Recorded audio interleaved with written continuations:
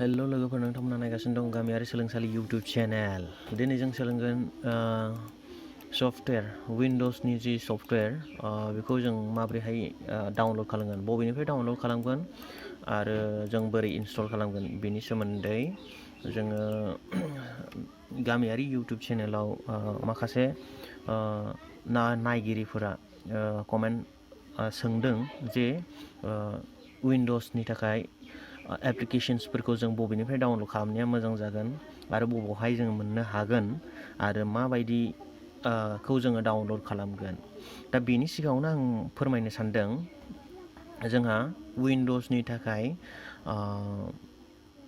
मोनसे थि जायगा माने एप्लिकेशन थाया।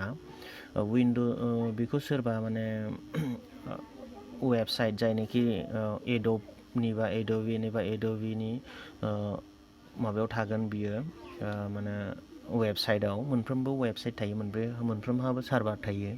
दा बेनि थाखाय जोङो माने गुबुन गुबुन जों मोनसे जायगायावनो गासिखौबो मोनजोबगोन बिदि बुंनोबो हाया। खिन्थु जोङो खायफाया मा खालामो, जायफोरनाखि कास्टम वेबसाइट खालामनानै बे माने एप्सफोरखौ बिसोरो आपल'ड खालामना दोनो, बेनिफ्राय जोङो मोननो हायो आरो। फारसेथिं जों बुंनो थाङोबा मोनाबो होनजागोन, मोना माने अरिजिनेलखौ जोङो मोननाय नङा, खिन्थु जोङो सोरबा आपल'ड खालामना दोननाय वेबसाइट बेनिफ्राय जोङो बेखौ डाउनलड खालामनो हागोन आरो। दा बुंनो थाङोबा हमना ला विन्ड'सखौ जोङो विन्ड'सनि वेबसाइटनिफ्रायसो जोङो मोनगोन आरो। विन्ड'स अफिसियेल वेबसाइटनिफ्राय जोङो विन्ड'स डाउनलड खालामनो हागोन, विन्ड'स अपारेटिं सिस्टेमखौ। अपारेटिं सिस्टेमा जाहैबाय मोनसे सिस्टेम सफ्टवेयर, बियो माबा एप्लिकेशन नङा, जायनाखि माने मेसिनखौ कमिउनिकेट आरो माने सामलायनाय बा सालायनायाव बा मोनसे मोनफ्रोमबो खामानिखौ जाफुंहोनायाव विन्ड'सआ सापर्ट होयो। जेरै जों दा मोनदों नैबेफोरबायदि, बे विन्ड'स थानायखायसो जोङो हादों। दा विन्ड'सनि सायावसो जोङो नैबे एप्लिकेशन्सफोरखौ माने जोङो बाहायनाय जायो आरो। नैबे जाहैबाय माने एप्लिकेशन सफ्टवेयर होननानै बुंनाय जायो। बेफोर गासिबो माने माइक्र'सफ्ट वर्ड, बिदिनो एडब फट'शप, एडब पेजमेकार, लिभ अफिस, जिखुनुआनो जाया, जायफोर माबा बेफोरो गासिबो बे एप्लिकेशन सफ्टवेयर गोलैगोन आरो। दा जों सोलोंगोन माने बबेनिफ्राय डाउनलड खालामनो जोङो हागोन। आङो मोननैसो वेबसाइट खोन्थागोन जेरावनाखि जोङो नांगौखिनि वेबसाइट्सफोरखौ मोनगोन आरो क्रेक खालामनाय, बेनिफ्राय एसे माने क्रेक भार्जनाव मोनगोन आरो बेखौ। आरो खायफाया एप्लिकेशननि माबाबो थाफायो, सिरियेल किबो थाफायो। दा बे सिरियेल किखौ मोनोबाथ' मोजांनि बाथ्रा, खिन्थु जुदि मोनाबा जों बेखौ फेट्स खालामनो गोनां जायो। जोंथ' जाहैबाय वेबसाइटनिफ्राय जोङो अफिसियेल वेबसाइटनिफ्राय जोङो ट्रायेल भार्सनल' मोनगोन। दा ट्रायेल भार्सना मोनसे टाइम लिमिट होयो, जों बेखौ ओरैनो बाहायग्रोनो होयो। नोंथाङा मोजां मोनोबा बेखौ बायनो हागोन आरो लाइसेन्सखौ नोंथाङा बायनो हागोन, नङाबा बे एप्लिकेशनखौ नोंथाङा बायनानै लाबोनानै नोङो इनस्टल खालामनो हागोन। नैबेबायदि थायो। दा बेनिखायनो जोङो मोनसे थि सम, हमना ला नों 30 डेज मोननो हागौ, नङाबा 15 डेज, नङाबा 7 डेज बिदि ट्रायेल मोनो। बिनि उनाव बियो गावनो गाव अफ जायो, जों खुलिनो हाया, बन्द' खालामो। बेयाव मोनसे एलगरिदम होयो, बे मोनसे काउन्ट डाउन जाबाय थायो, बे डे आरो टाइम काउन्ट डाउन जानायनि उनाव जोबहैनाय लोगो लोगो बियो बाय डिफल्ट मोनसे स्क्रिप्टनि गेजेरजों बेखौ अफ खालामनानै दोनहरनाय जायो। दा बेनि उनाव बियो अफ जासिगोन, माने बियो सोलिनाय नंला। बेनिखायनो नोंथाङा बे अफ खालामनो हानाय बा अफ खालामनाय स्क्रिप्टखौ नोंथाङा माने खेवनो थाखाय हयथ' बै माबाखौ नांगोन आरो, किखौ, सिरियेल कि। नङाबा नोंथाङा फेट्स खालामनानै, नङाबा नोंथाङा बेखौ माने क्रेक खालामनो गोनां जागोन आरो बायपास खालामनो गोनां जागोन। दा बायपास खालामखानाय माखासे थायो, बे क्रेक खालामनायनि माखासे फर्मुलासफोर होनानै बैफोरखौ माने डिलिट खालामनानै, माने लकखौ डिलिट खालामनानै बा सिरियेल कि गोनां नांगौ जानाय लकखौ डिलिट खालामनानै माखासेफ्रा आपल'ड खालामनो हायो। बेफोरखौ जोङो इनस्टल खालामनो हायो। नाथाय मोनसे बाथ्राखौ जों गोसोआव लानांगोन, जायफोरनाखि बेफोरखौ बानायनानै माने लकखौ क्रेक खालामनानै सिरियेल किखौ क्रेक खालामनानै बिथांमोना आपल'ड खालामो, बेवहाय नोंथांनि सिकिउरिटिनि सायाव एसे साननो गोनां फैगोन। मानोना सिकिउरिटिया नोंथांनि सायाव थासिगोन। बेखौ क्रेक खालामनो हादोंबा बेवहाय हयथ' माने भाइरासबो सोनानै होदों जानो हागौ। भाइरास एड खालामनानै नोंथांनो थाखाय बे एप्लिकेशनखौ आपल'ड खालामनानै दोनदों जानो हागौ, जाहाथे स्पाइवेर होननानै बुंनाय जायो। जायखौनाखि नोंथाङा सामलायोबा बे एप्लिकेशनखौ इनस्टल खालामनाय लोगो लोगो बै स्क्रिप्टफ्रा नोंथांनि बे एप्लिकेशनजों लोगोसेनो खामानि मावफाबाय थागोन आरो नोंथाङा मा खालामदों मा खालामा बेखौ बै जायनाखि आपल'ड खालामदों बे भाइरासनि गेजेरजों नोंथांनि गासै एक्टिभिटिसफोरखौ नायनो हाबाय थागोन। नैबेफोरो आरो दा बेफोरबायदि थानो हागौ। आरो नङाबा नोंथांनि हार्डवेर बा नोंथांनि गासै सफ्टवेरखौ माने गाज्रि खालामनो हानाय, सेस धंस खालामनो हानाय भाइरासबो बानायनो हागौ। बेनिखायनो जोङो सामोल जानो गोनां, खोब सामोल जानो गोनां। हायोबा जोङो अफिसियेल वेबसाइटनिफ्राय जि मोननाय प्रडाक्ट कि गोनां बेखौ बाहायनाया आं बेखौ रिकमेन्ड खालामदों आरो। नोंथाङा हयथ' बायनानै लाबो, नङाब्ला नोंथाङा जुदि हमना ला बे सिकिउरिटिनि सायाव एसेबां गोसो होआब्ला, नोंथांनाव जुदि बेंकनि ट्रेनजेक्सन बायदिसिना खालामाबा नोंथाङा बेखौ डाउनलड खालामनानै नोंथाङा सालायनो हागोन आरो। नङाब्ला नोंथाङा बायस्रानायानो मोजां। नोंथाङा जुदि फाइनान्सियेल खामानि ट्रान्जेक्सननि जि अनलाइन बेंकिंनि खामानि मावोबा नोंथाङा बेखौ दा खालाम, आं बेखौ रिकमेन्ड खालामदों। बेजों लोगोसे जों सिगाङावनो मोनसे सोलोंना लाग्रोबावनि, जिथुनाखि जोङो सफ्टवेर डाउनलड खालामनायनि सिगां नोंथाङा गावनि जि लेपटपआनो जा डेस्कटपआनो जा, जि कम्पिउटाराव नोंथांनि जि हार्डवेर, नोंथांनि हार्डवेरा बबे आर्किटेक्चाराव सोलिगासिनो दं बा बबे आर्किटेक्चारनि 32 बिट ना 64 बिट, नैबेखौ जोङो एसे नोजोर होनांगोन। जोङो गिबियाव नैबेवहाय दा बेखौ बरननो थाखाय जोङो नैबेवहाय थांसै। माइ कम्पिउटार थायो, माइ पिसि बा माइ कम्पिउटार नङाबा डिस पिसि थायो। जोंनियाव डिस पिसि दङ उइन्ड'ज 10आव। डिस पिसिआव थाना राइट क्लिक खालामदो, बेनिफ्राय प्रपार्टिसाव थांदो। प्रपार्टिसाव थांनाय लोगो लोगो जों मोनगोन गासैखौबो नैबावहाय होदों, नैबावहाय उइन्ड'ज नोंना 10 बा बेवहाय मा दं, उइन्ड'ज प्र' ना उइन्ड'ज 10 हम ना उइन्ड'ज 10 NT बेफोरो थागोन आरो। दा बेवहाय जोङो नायनो गोनाङा जाबाय प्रसेसर। नैबे प्रसेसरखौ जों नायगोन। प्रसेसर नायनायनि उनाव सिस्टेम टाइप, प्रसेसरा नोंथाङा मा प्रसेसर इउज खालामबाय थादों नैबेखौ नुगोन। बेनिफ्राय रेमा बेसेबां बे नुगोन। बेनिफ्राय सिस्टेम टाइपआ जाहैबाय नोंनि जि सिस्टेम, उइन्ड'ज सिस्टेम आरो आर्किटेक्चार सिस्टेम, बियो बेसेबां। नै आंना 64 बिट, बेनिखायनो बे 64 बिटआव आंना दङ। दा मोनसे गोसोआव लानो गोनां, 64 बिटआव जोंना X64 बेस्ट प्रसेसर होनदोंना, इनटु माने X आरो इनटु 64 बा X64 आरो X82 बिदि थायो। दा जोङो नैबे X64 माने 64 बिटनि आरो, बेखौ गोसोआव लानाया मोजां। दा बेखौ गोसोआव थाबाय जोङो। दा बेखौ खालामनायनि सिगां आं मोनसे माने बाथ्रा बुंबावनो सानदों, जिहेथु जोङो डाउनलड खालामनायनि सिगां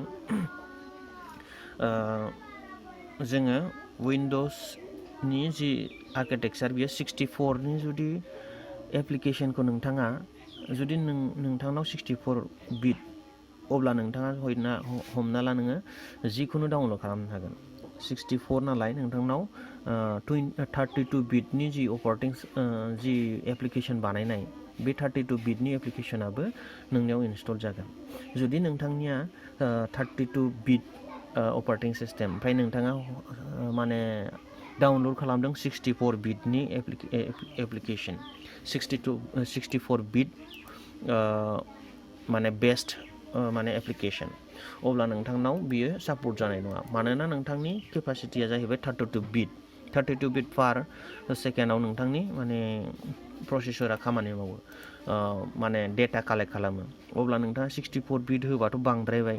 दा बे बांद्रायनाया बबेजों थांगोन आरो बबे कालेक्ट खालामगोन, नैबेनि थाखाय प्रसेस खालामस'नो हाया। बेनिखायनो बियो 64 बिटनि जि एप्लिकेशन बियो 32 बिटआव जानाय नङा। नाथाय नोंथांना 32 बिटनि एप्लिकेशना 64 बिटनि जि अपारेटिं सिस्टेम बेवहाय सापर्ट जागोन। मानोना बेनाव एभेलेबल दङ लामाया। हमना ला 64 बिटनि 64टा माने डेटा कालेक्ट खालामनो हायो, अब्ला नोंहा 32 बिटल'सो डेटा थांदों, थारमाने लामाया एभेलेबल। जों बेखौ डेटाखौ माने केट्च खालामनो हायो आरो प्रसेस खालामनो हागोन आरो एभेलेबल। दा बेनिखायनो 64 बिटआव 32 बिटनि अपारेटिं जि एप्लिकेशन बियो सापर्ट जागोन। नाथाय 32 बिटनि जि अपारेटिं सिस्टेमाव जोङो मोनसे वेबसाइटआव हाबनि आं बेखौ अलरेडि बेवहाय बेनिफ्राय डाउनलड खालामबाय थाखानाय जायो जिथुनाखि जाय माबाया जाहैबाय GET गेट आरो INTO get into pc.com get into pc.com बेवहाय जोङो डाउनलड खालामगोन दाया नायनोसै मा फैयो गेट इनटु pc.com आव माखासे एप्सफोरखौ जों मोननो हायो मोजां मोजां एप्स दङ नोंनो मा एप्स नांगौ दा बेवहाय नैबेयाव जों डाइरेक्ट फैदों गेट इनटु pc.com होनाय लोगो लोगो आं अलरेडि बेयाव एक्सेस खालामबाय थायो हिसाबैनो बेयाव फैदों आरो हमना ला मा एप्स डाउनलड खालामगोन हमना ला नोङो फट'शप होयोबा एडब फट'शप नैबेवहाय दङ बेखौ होबाय ओमफ्राय सार्च खालामबाय एडब फट'शपआव नों मा फट'शपखौ नागिरगोन माने एडब फट'शप नैबेवहाय दङ CS दङ इमेज मसन बायदिसिना गोबां माने दङ आरो ओमफ्राय नैबे जाबाय एडब फट'शप CC 2020 फ्रि डाउनलड बेयाव दङ 1 उइक एगोल' जादों बेखौ नोंथाङा डाउनलड खालामनानै बेखौ बाहायनो हागोन आरो ओमफ्राय जुदि नोङो एडब फट'शप 7.0 खौ नोंबो मोननाय नङा बेखौ डाउनलड खालामनो थाखाय जोङो एक्सट्रा सार्च खालामनांगोन साप'ज आङो बेयाव लिरबानो जाबाय जोंना जेबो गैया एडब जों बबेनिफ्राय मोनो बेखौ जोङो डाउनलड खालामनो हागोन आरो एडब फट'शप नैबाव लिरबानो फैगोन 7.0 जों बेवहाय नागिरनानैसो डाउनलड खालामनांगोन आरो बेयाव एडब फट'शप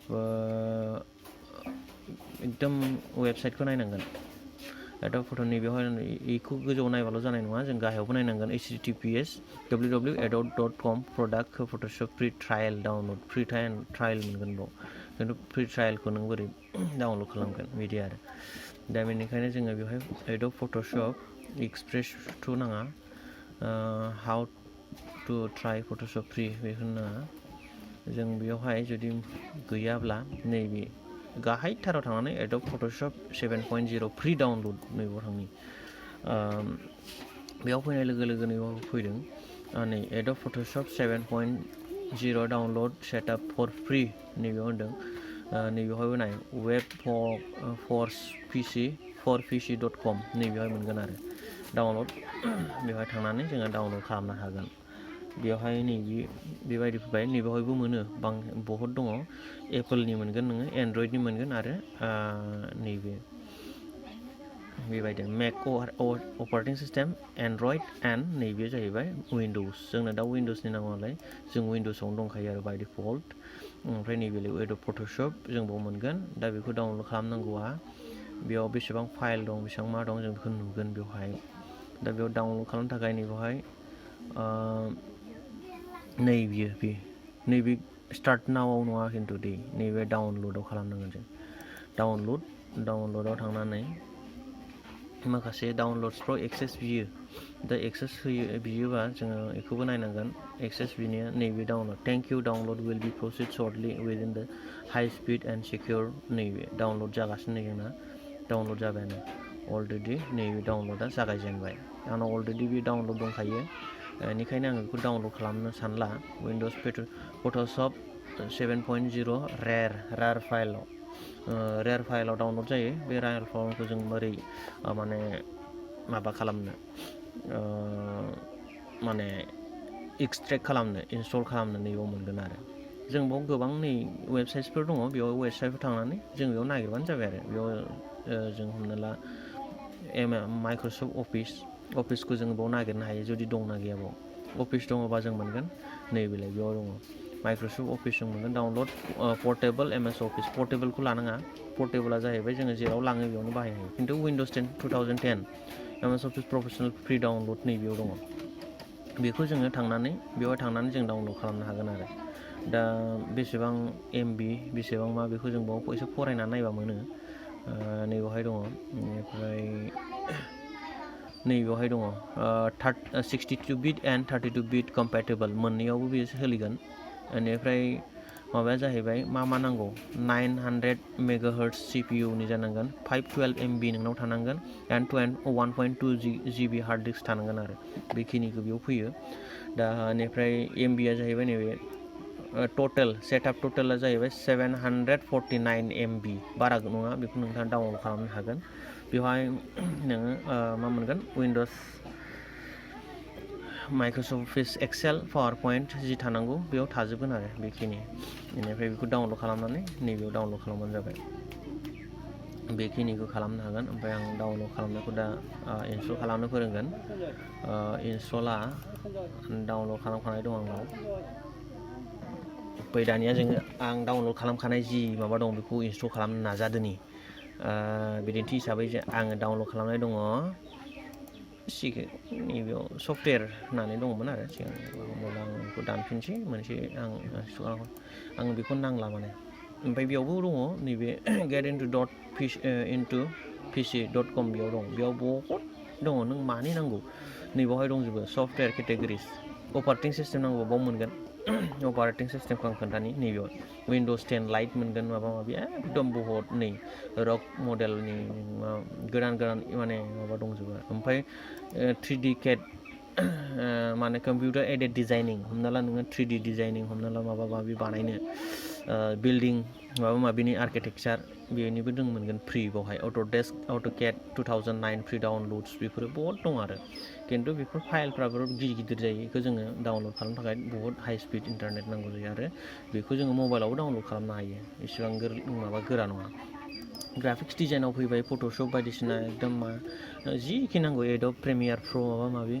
भिडिअसआवबो माल्टिमिडियाआव फैगोन बियो बहुत दं आरो बिदि 4K भिडिअ रेकर्डिं माबा माबि बेफोर एप्लिकेसन भिडिअ एडिटिं बेफोरखौ मोनगोन बेयाव मोनगोन आरो डेभेलपमेन्ट हिसाबै नोङो हमना ला नों वेब डिजाइनिंनि थाखाय मोनगोन C++ शार्प बिदिनो जाभा माबा माबि बहुत दङ आरो बिदिनो जि नांगौ डेभेलपमेन्टनि थाखाय एप्लिकेसन एन्टिभाइरासबो मोनगोन एन्टिभाइरासखौ नोंथांमोनखौ बेनिफ्राय डाउनलड खालामनायखौ आङो रेकमेन्ड खालामाखै मानो होनबा बिथांमोना एन्टिभाइरासखौनो जुदि भाइरास होबथाग्राखौनो जुदि आरो क्रेक खालामनानै बेयाव होयोबा बेथ' एसे माने साननो गोनां आरो ओंखायनो आं बेखौ डाउनलड खालामनो होआखै रेकमेन्ड खालामा एजुकेसनाव दङ मा सोलोंनायनि थाखाय मेथ्सनि थाखायनो बेयाव मेथ्सनि टाइपिं माबा माबि बोरै बानायो बोरै मायो बिनि मोनगोन नोङो एजुकेसनेल पारपस आरो बेखौ हमना ला नोंनि लेपटपजों नोङो माबायाव प्रजेक्टराव नोंथाङा माने हमना ला माबा मेथ्स बानायना फोरोंगोन अब्ला नों बेयाव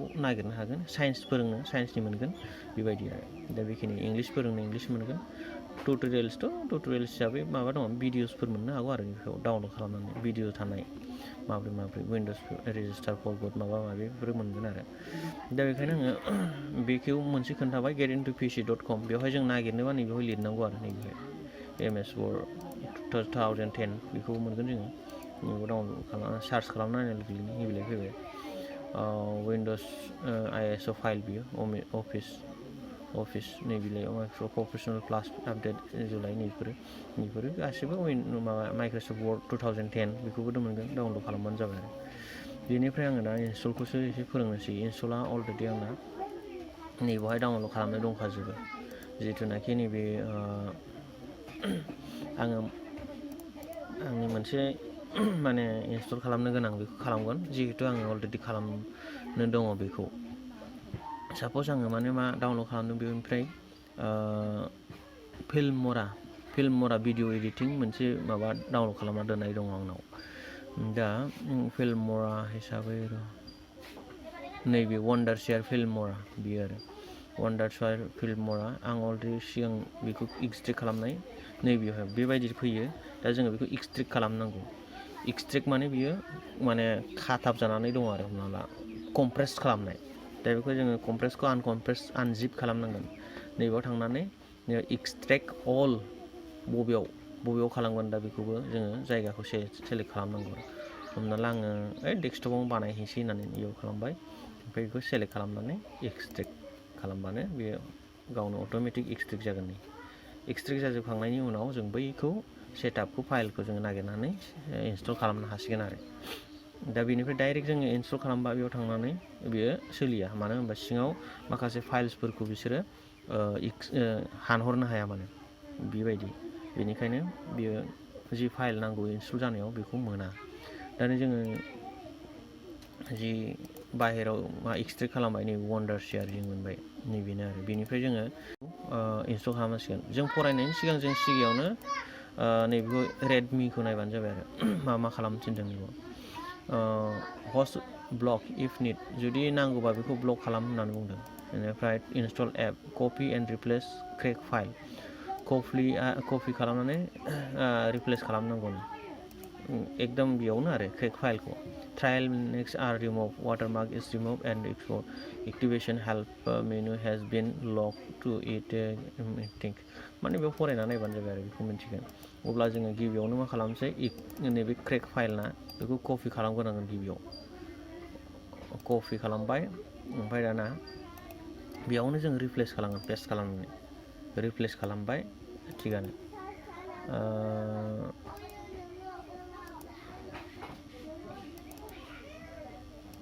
नैबेखौ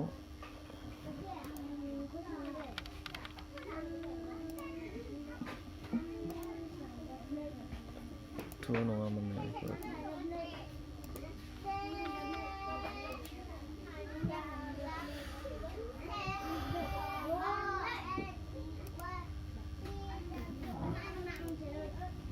थादों जेबो नङा आं बेखौ ट्राइ खालामसै ओमफ्राय दाना जों बेखौ डाबल क्लिक खालामबाय इनस्टल खालामनो डाबल क्लिक खालामनाय लोगो लोगो जों बेखौ एसे गोसोआव लानांगोन जोङो माने इनस्टल खालामनायाव बेवहाय क्रेक फाइल नालाय जों बेखौ इन्टारनेटखौ अफ खालामनांगोन अफ खालाम इन्टारनेट अफ खालामनाय जाबाय आङो इन्टारनेटआ सोलिनानै दंमोन डाउनलड खालामनाय समाव अके बेनि उनाव जोङो नैबेयाव बुंनांगोन वन्डारशियार फिल्मवारिखौ नोंथाङा लाइसेन्सखौ फरायजोब्बाय नामा आइ हेभ रिड एन्ड एक्सेप्ट द एग्रिमेन्टफोर दङ बेखौ फरायनो नायनो हायो जों नाया बायसेन्स मा होननाय दंबावो दंजोबो आरो बेखायनो जों बेखौ चेक खालामनानै ओमफ्राय नेक्स्ट खालामबानो जाबाय नेक्स्ट खालामबाय ओमफ्राय दाना बबेयाव जोङो इनस्टल खालामगोन बे अलरेडि जोंना सि ड्राइभआव थाखायो बेखौ जोङो माथा मारनाङा जों बिदिनो डाइरेक्ट नेक्स्ट खालामना होबानो जाबाय इनस्टल जाजेनबाय बेखौ मोनसे गोसोआव लाखि नोंथाङा जुदि नेट कानेक्सन खालामना दोनदोंबा बियो इनस्टल जाखांनायनि उनाव नोंथांनाव ट्रायेल भार्जन हिसाबै सोलिगोन बेनिखायनो नोंथाङा बे ट्रायेल भार्जनखौ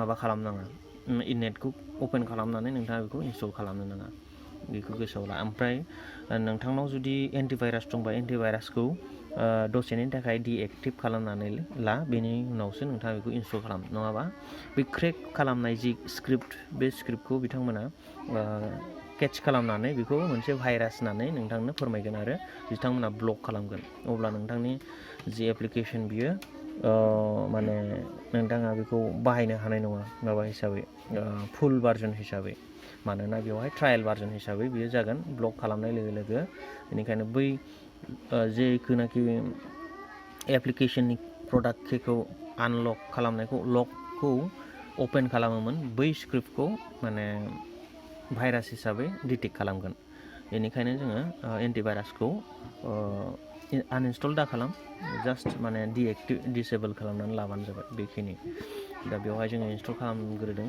दा इनस्टल जाजासिम आङो दसे स्किप खालामनोसै जाबायानो जोब्बाय नै दसेनि उनाव बियो फिनिशिं इनस्टलेसन होनना बुंदों दा फिनिश जाग्रोथों नायनि बेनि उनाव दे इनस्टलेसना फिनिश जाग्रोथोंसै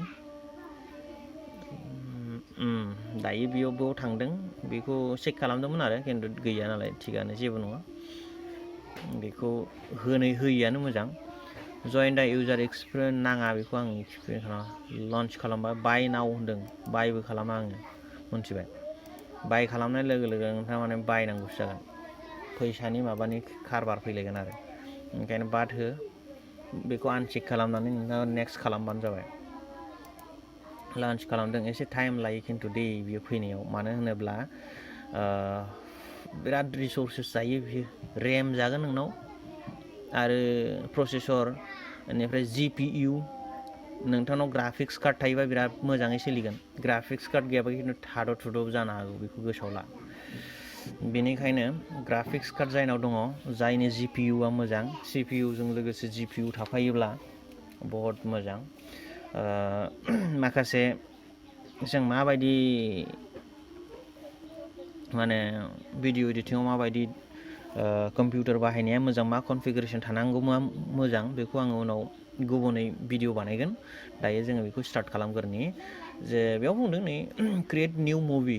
आदसा मुभिखौथ' बानायखानांगोन जोङो, बानायनो थाखायनोथ' डाउनलड खालामखादों नालाय। दा बेयाव वाइट स्क्रिनखौनो दोनबाय आङो।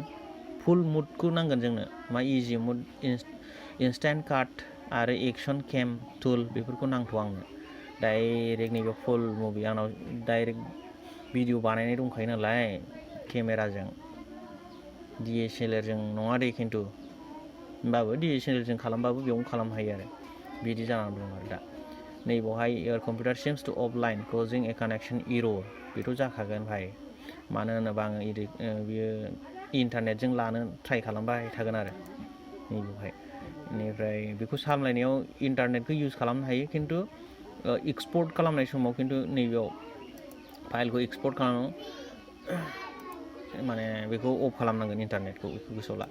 हमना ला बेखौ ओरै खालामबाय, बेनिफ्राय हमना ला जोङो मोनसे लाबोनोसै गामियारि सोलोंसालिनिफ्राय मोनसे भिडिअ लाबोनानै जों बेखौ माबोरै बानायनाय जायो बेखौ आं खोन्थानो सानदों आरो।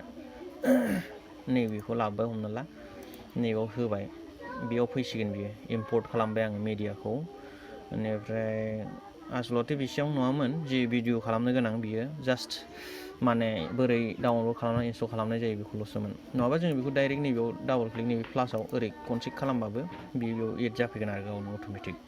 नैबेयावहाय नैबे जाबाय। दा बेयाव जों मा एडिट खालामनो गोसो खालामनो हासिगोन आरो नै बेफोरबायदि आरो बेफोरो इनस्टल जाबाय। दा बेखौ नैबेवहाय एडिट खालामनो गोसो हाबाय आरो दा। ओमफ्राय लास्टआव इम्पर्ट खालामबानो जाबाय।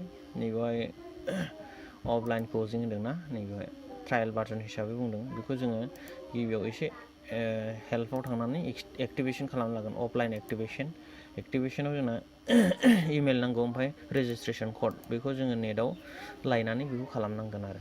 बेखिनि जों बहुद एभेलेबेल मोनो, खिन्थु बांसिनानो जाया, खिन्थु जों बारे बारे ट्राइ खालामनानै नायनांगोन आरो। बेखिनि जानांगौ नोंथांमोना बुजिबाय। बेखिनियानो, गोजोन्थों।